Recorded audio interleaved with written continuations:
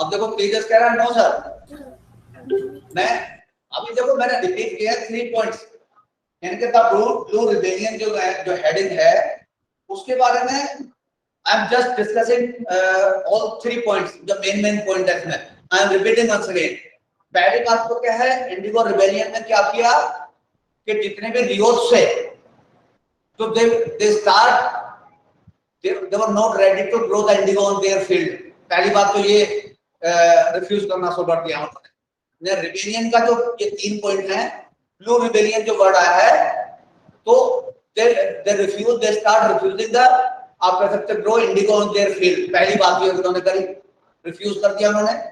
उसके बाद दूसरी बात क्या करी, whatever rent was imposed by the planters on the rios, so they were not ready to deposit the rent to the planters। that was second point। और third point में क्या मैंने बताया था, they start attacking they will start attacking the factories with bows, swords and spears, bows and arrows। हाँ, एक करके मेरे बच्चे। तो 3 पॉइंट, ये 3 points are very much important for the blue rebellion. ये 3 पॉइंट याद रखना जो मैं अभी बताया। पहले मैं रिपीट कर रहा हूँ, in your book they are given in the first line itself. In March 1859 thousands of rios in Bengal refused to grow indigo। पहली बात यहाँ से है। फिर उसके बाद है, as the rebellion spread, the rios refused to pay rents to the peasant to the planters। दूसरा पॉइंट खत्म। and they also start attacking the indigo factories armed with the sword and spears, bow and arrows। यानी कि different जो हाथ से चलाने वाले जो वेपन्स थे, तो उनके ऊपर वो अटैक करना शुरू कर दिया। फैक्ट्री को तोड़ना, तो वहां के जो काम करने वाले थे उनके साथ मारपीट करना। तो ये तीसरा पॉइंट हो गया। ठीक है ना? ठीक है बच्चों, से या सर नो मेरे बाला है? Yes sir। Yes, sir. Yes, sir. मैं अंदर से ये सोचने लगता हूँ कि यू आर लिसनिंग और नॉट। आप सुन रहे हैं या नहीं सुन रहे हैं मेरी बात को? मुझे फिर जब तक यस या नहीं बोलते हैं आप, तो फिर मुझे आगे बढ़ने का मन नहीं करता है। हाँ, उसके बाद आगे आ जाओ। Women's turn up the fight with force, यानी कि पैन्स और किचन जो इंप्लीमेंट्स हैं, यानी कि वुमेन क्या क्या लेके कि जो भी उनके हाथ में लगा, जैसे चकला हो गया, बेलन हो गया, पैन हो गया। पैन का मतलब जैसे भगोना टाइप, पैन्स मतलब तवा हो गया, जो आयरन जो डिश हम यूज करते हैं जिसके लिए खाना बनाने के लिए, तो वो जो भी उनके हाथ में आता था उस समय, ठीक है ना, तो वो ही लेकर के उन्होंने क्या करना शुरू कर दिया, अटैक करना शुरू कर दिया। किसके ऊपर? फैक्ट्री ओनर के ऊपर, फैक्ट्री पर्सन्स के ऊपर, हाँ, वर्कर्स के ऊपर। बिल्कुल ठीक है। उसके बाद है एक जो दूसरा वर्ड आया है, those who work for the planters who were socially boycotted the gomastas agent of the planters. जो गोमस्तास वर्ड आया है इसमें, अब आया जो मैंने पहले बता दिया आपको। गोमस्ता का मतलब है it was working just like a middleman between the Britishers and ryots के बीच में, यानी कि फार्मर के बीच में और प्लांटर्स के बीच में एक मिडलमैन काम करता था। That was known as the gomastas. और गोमस्तास का क्या काम था कि जो whatever said by the planters और whatever policy was announced by the planters, तो दैट वाज, आप कह सकते हैं, delivered in front of the ryots. वो जाकर के रियोट को बोलता था कि ये पॉलिसी है, और whatever productions was produced by the ryot, तो that was purchased by the gomastas on the behalf of the planters. और जो जो जो पेमेंट होता था that was also made by this particular fellow. हाँ हाँ बेटा, बोल के बताओ, वहां चला जाता है क्या लिखते हो आप? जल्दी चला जाता है, पॉप अप हो जाता है ना। हाँ बोलो, आप बोल के बोलो क्या कहना चाह रहा मेरे बच्चा, क्या लिख रहा था उसमें, मैंने पढ़ नहीं पाया तेरा। हाँ बता मेरे बच्चा। हाँ, यू डोंट नो, क्या है? यू डोंट नो तवा और, अच्छा उसको मत, आपने पर्सनल आंसर मत दो इस पे। ये तेजस आप पर्सनल डिस्कशन उसमें में नहीं करना है। ऑफिशियल जो आपका जो बॉक्स है, आपको ये फैसिलिटी प्रोवाइड करी है कि टीचर के और बच्चों के बीच में कम्युनिकेट करने के लिए। Don't discuss personally. Tejas, you are online और नॉट? Yes, sir. हाँ, तो don't discuss all these personal things. मान लिया वो कह रहा था क्या, सर ने तया क्या बोल दिया, तो pen is just like a pen. होता है ना, जिसको हम खाना बनाते हैं, कभी कभी हम दाल गरम कर लेते हैं, तो पैन मतलब पैन है, फ्रॉग है, फिर आपका स्पून है, फिर आपका जो प्लेट है, वो सब क्या है, यूटेंसिल्स है। These are the utensils that are used in our kitchen. Daily life में हम यूज करते हैं उस चीजों को। तो मैंने हिंदी में नाम ले दिया था, तो don't discuss all these points with other children. ठीक है ना? आप कुछ पूछना चाह रहे हैं, बताना चाह रहे हैं, तो मेरे से डिस्कस करना, टीचर को मतलब ये करना है। आप आपस में ऐसा करने लगे तो फिर आप लड़ना शुरू कर दोगे। ठीक है ना? तो don't discuss all these things personally. ठीक है ना? आप टीचर से पूछ लो अगर नहीं आपको कुछ आ रहा है तो। ठीक है बेटा, मेरे से आप बता दो, मैं बता दूंगा उसका, अगर हो सकेगा तो। अरे बच्चा, हाँ ठीक है टीचर, ठीक है। तो ज्यादा तुम इधर उधर की बातों में इन्वॉल्व हो जाओगे ना, कि भाई वो तो ये कह रहा है मुझे फोन करके, या कि ये क्या चीज है, तो इट इज बेटर टू, आप कह सकते हैं, यानी कि जो टीचर के ऊपर छोड़ दो उस बात को, कि वो अपना जवाब दे देंगे उसको, है ना बच्चा? हाँ चलो, क्योंकि ऑनलाइन जो आपकी जो स्टडी है, ऑटोमेटिकली जब आप इन्वॉल्व हो जाएंगे दूसरे वीडियो में, इसका मतलब क्या, you are not ready to listen the teachers, you are not listening at all. तो प्लीज बच्चे है ना, इसको अवॉइड करो आपस में आर्गुमेंट करने के लिए। तो गोमस्ताज का मीनिंग क्लियर हो गया।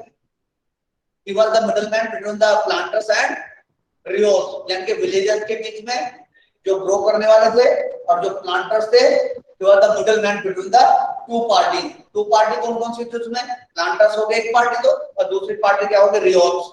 और रियोस मैंने क्या कहा है, बार बार रियोस के लिए, रियोस किसके लिए यूज हो रहा है? किसके लिए यूज हो रहा है?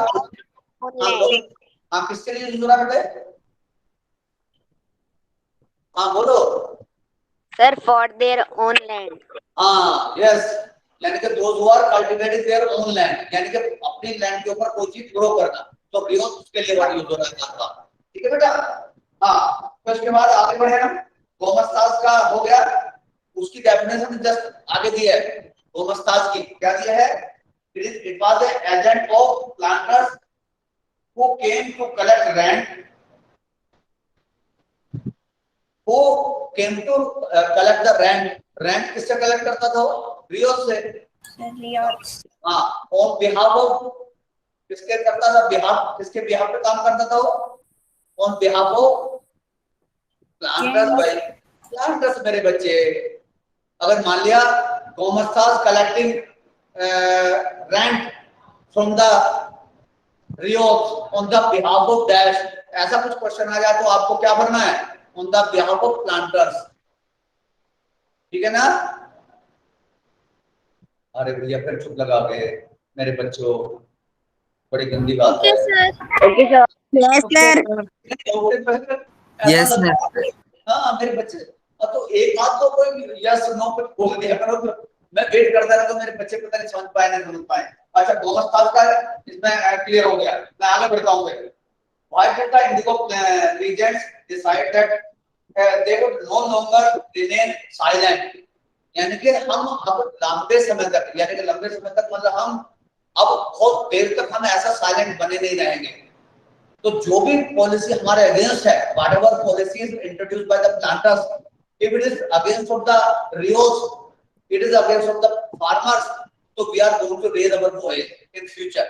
ऐसा उन्होंने सोच लिया, मन में एक पक्का मन बना लिया, we are going to oppose the wrong policy of the planters if they want to suppress our आप कह सकते हैं land or suppress our ideology, तो we should also आप कह सकते हैं attack on their ideas। पहले आइडिया के ऊपर अटैक करेंगे, फैक्ट्री के ऊपर अटैक करेंगे, ठीक है ना?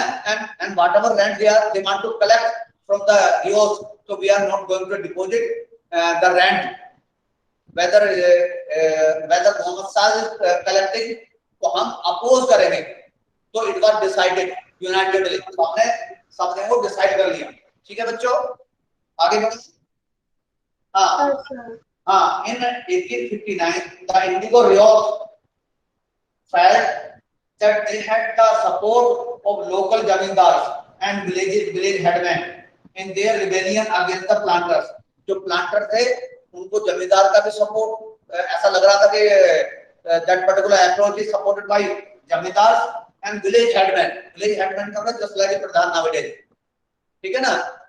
तो उसके बाद क्या हो गया, in many villages there rebellion against the planters, in many villages headman who had been forced to sign indigo contracts mobilized the indigo peasants and fought which battle for Latvians or Latvians in other places.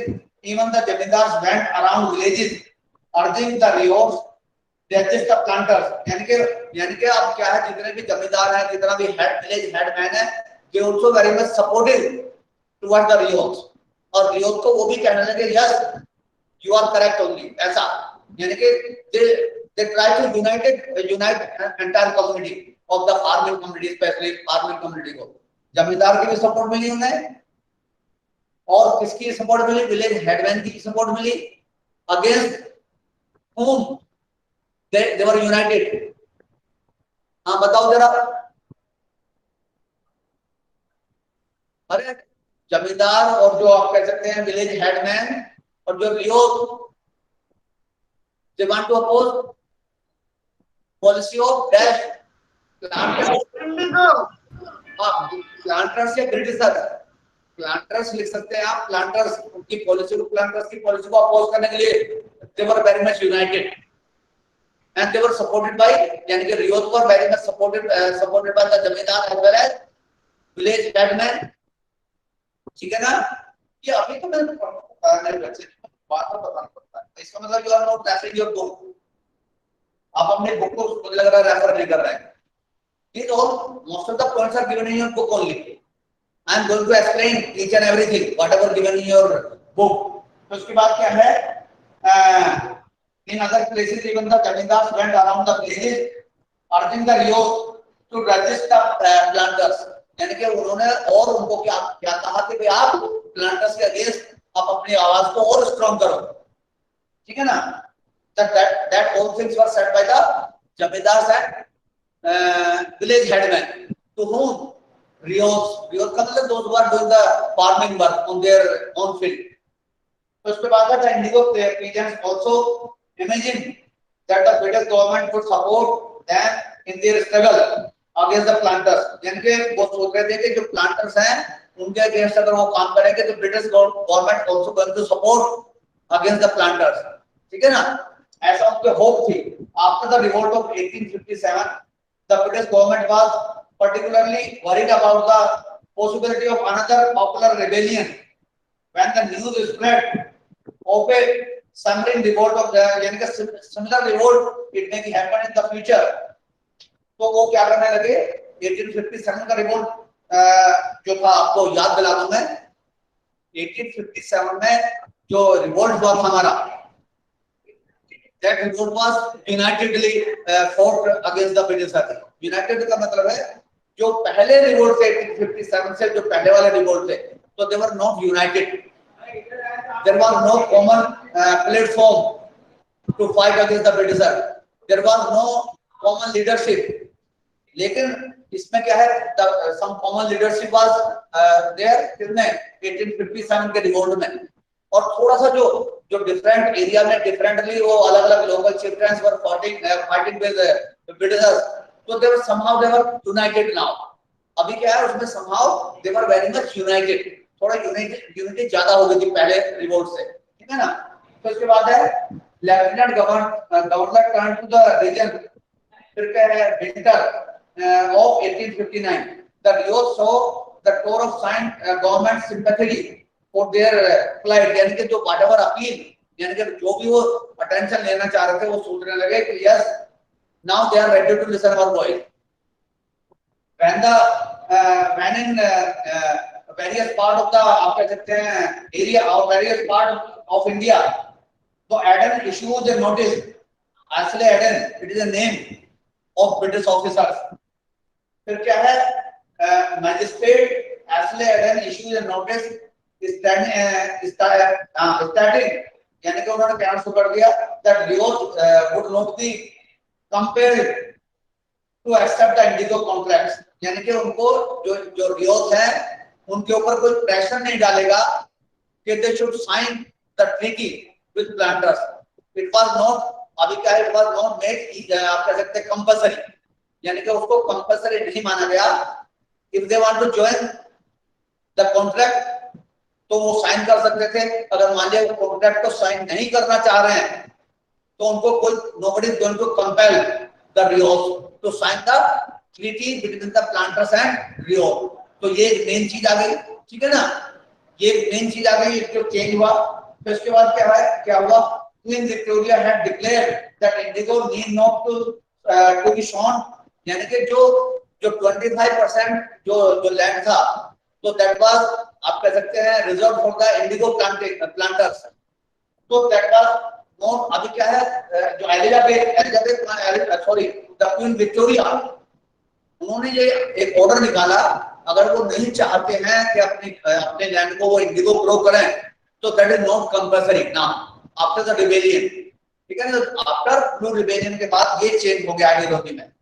तो इसके बाद क्या है, as the rebellion spread, तो इसके बाद from Calcutta to rust for the indigo district, they wrote so many things, the planters and the owner in the indigo system. Worried by the rebellion, the government brought in the military and protect the planters from the assault and set up the indigo commission. यानी कि indigo commission was set up to decide all the disputes. यानी कि जो भी dispute between the planters and RIOs के बीच में जो whatever disputes were going on between the planters and Indigo जो फार्मर्स थे RIO, तो उनके बीच में उनको एक तरह से कंप्रोमाइजिंग पोजीशन में ले जाने के लिए एक कमीशन वाज अपॉइंटेड. एक कमीशन बना दिया, एक कमेटी बना दी to resolve their disputes. The commission had the planters guilty, यानी कि तो कमीशन का जो एक डिसीजन आया तो कौन गिल्टी पाए गए उसमें, प्लांटर्स. हाँ, प्लांटर्स को ये डिक्लेयर कर दिया गया they were in wrong position, यानी कि whatever policy or whatever matters set by the planters, so that was declared illegal actually by this commission. जो commission set up by the British government, जो commission बनाया था, तो जब inquiry हुई तो इंक्वायरी में कौन गिल्टी पाया गया, जो प्लांटर्स थे. ठीक है ना, जो प्लांटर्स थे they were declared as a guilty का मतलब है they were in wrong position एक तरह से. ठीक है ना. इसके बाद है एक declare that Indigo production was not profitable for Rios, और डिक्लेयर कर दिया गया कि भी ये रियोस यानी कि जितने अपने लैंड पे ग्रो कर रहे हैं तो it is a matter of loss for that. It was declared by the commission ने डिक्लेयर किया ये अपने आप से. तो इसके बाद था commission asked the ryots to fulfil their existing contracts but also told them that they could refuse to produce indigo in future. अगर मान लिया कोई कहता है आपको कि भी आपको इंडिगो ग्रो करना है तो they were totally free to refuse that particular agreement or contract you can say. यानी कि अब वो क्या हो गए, अब वो क्या फ्रीडम मिल गई उनको रियोस को, if they don't want to grow the indigo on their land so they were in position to refuse that particular contract. Those who are ready to sign that particular contract by their own way, तो वो कर सकते हैं, लेकिन nobody is going to force anyone from the planter side to sign that particular contract. जो previous contract था कि भाई 25% पे आपको 25% पे you have to grow indigo, तो that was totally declared illegal.